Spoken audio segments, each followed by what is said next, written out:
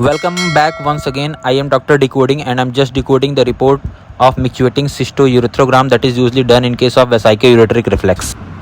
असल में ये पेशेंट थी एक 3 ईयर की old girl with chief complain of high grade fever.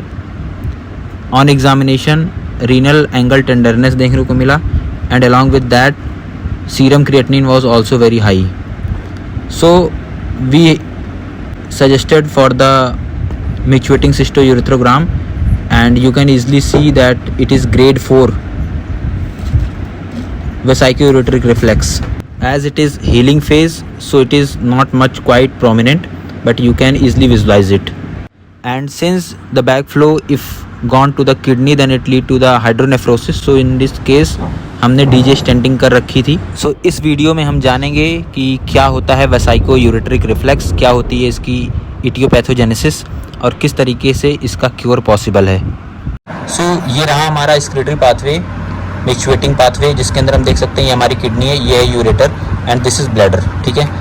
After filtration, ultra filtration, the urine comes via the ureter and empties into the urinary bladder. तो होता क्या है वेसाइको-यूरेटरिक रिफ्लेक्स में क्या होता है, नॉर्मली अगर हम नॉर्मल सिनेरियो के अंदर देखते हैं तो नॉर्मल सिनेरियो के अंदर क्या होता है हमारा कि जब भी ब्लैडर फिलअप होता है तुम्हारा तो ये थोड़ा सा इंट्राम्यूरल पार्ट होता है, मीन्स यूरेटर का कुछ पार्ट जो होता है वो ब्लैडर के अंदर सबमर्ज्ड रहता है. ठीक है. तो जैसे ही ब्लैडर तुम्हारा फिलअप होता है तो उस केस में क्या होता है, कॉन्ट्रैक्शन होता है जो कि इसको मिक्यूएशन के लिए रिस्पॉन्सिबल होता है. And at the time of the contraction यहाँ पर भी कॉन्ट्रैक्शन होता है इंट्राम्यूरल पार्ट में, जिसकी वजह से ये जो एक वन वे पाथ क्रिएट होता है, मीन्स कि बैकफ्लो नहीं होता है. यहाँ पर एक पिंचिंग हो जाती है, ये कॉन्ट्रैक्ट करता है जिसकी वजह से यूरिन ऊपर के साइड में फ्लो नहीं करता, वो नीचे के साइड में फ्लो करता है और बाहर से निकल जाता है, मिक्चुएट हो जाती है. लेकिन मान लो कि अगर ये तुम्हारा जो ओब्लिक एंट्री हो रही है, ये ओब्लिक एंट्री यहाँ ना हो या ये सेगमेंट इंट्राम्यूरल सेगमेंट बहुत ही ज़्यादा शॉर्ट हो, देन इन दैट केस क्या होगा कि जब ये कॉन्ट्रैक्ट करेगा तुम्हारा तो क्योंकि बहुत शॉर्ट है तो ढंग से यहाँ पर कॉन्ट्रैक्शन नहीं हो पाएगा.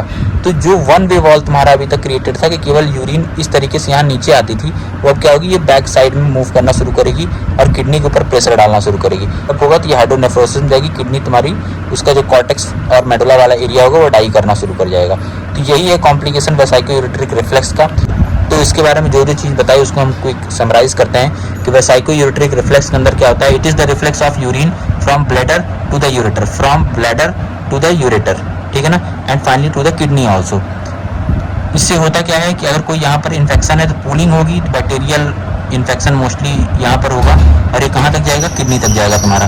तो it will lead to the recurrent UTI, urinary tract infection recurrent ले सकता है. तो इसका डायग्नोसिस क्या है, हम क्या कर सकते हैं, मिक्चुएटिंग cystourethrogram करा सकते हैं, जिसकी रिपोर्ट मैंने दिखाई थी वो मिक्चुएटिंग cystourethrogram ही था.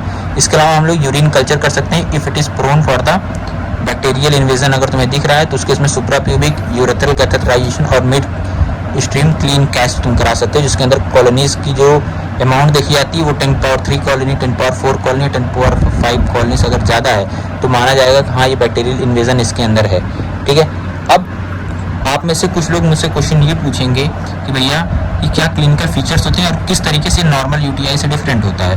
तो देखो दोनों अलग अलग किस तरीके से कैसे डिफ्रेंशिएट कर सकते हैं. अगर वेसाइको-यूरेटरिक रिफ्लेक्स होगा तो उसमें हाई ग्रेड फीवर हमेशा आता है, मोर देन 39 डिग्री सेल्सियस, और नॉर्मल यूटीआई होगा तो उसमें लो ग्रेड फीवर आता है. ठीक है ना. अगर ये वेसाइको-यूरेटरिक रिफ्लेक्स होगा तो बैक फ्लो होगा ना, जब बैक फ्लो होगा तो किडनी के ऊपर अफेक्ट होगा, हाइड्रोनेफ्रोसिस लाइक कंडीशन दिखेगी या किडनी के अंदर चेंजेस होंगे. उसकी वजह से क्या होगा, यहाँ पर रीनल एंगल टेंडरनेस तुम्हें देखने को मिलेगा, थोड़ा सा पेन देखने को मिलेगा और सीरम क्रिएटिनिन लेवल बढ़ेगा क्योंकि किडनी को अफेक्ट कर रहा है कहीं ना कहीं, तो उसके अल्ट्रा फिल्ट्रेशन को भी अफेक्ट करेगा. तो सीरम क्रिएटिनिन बढ़ा रहेगा, रीनल एंगल टेंडरनेस रहेगी और हाई ग्रेड फीवर रहेगा तुम्हारा. वहीं पर अगर सिंपल यूटीआई है तो वो लो ग्रेड फीवर के साथ प्रेजेंट करता है पेशेंट. डिसयूरिया होगा और इंक्रीज फ्रीक्वेंसी होगी तुम्हारी यूरिन की. Dysuria in the sense painful urination. ठीक है ना. और पैथोफिजियोलॉजी मैंने तुम्हें एक्सप्लेन ही कर दी थी चीज़ों की. तो ये पूरा का पूरा समराइज फॉर्म था वेसाइको-यूरेटरिक रिफ्लेक्स का. Hope you understand well. See you in the next video.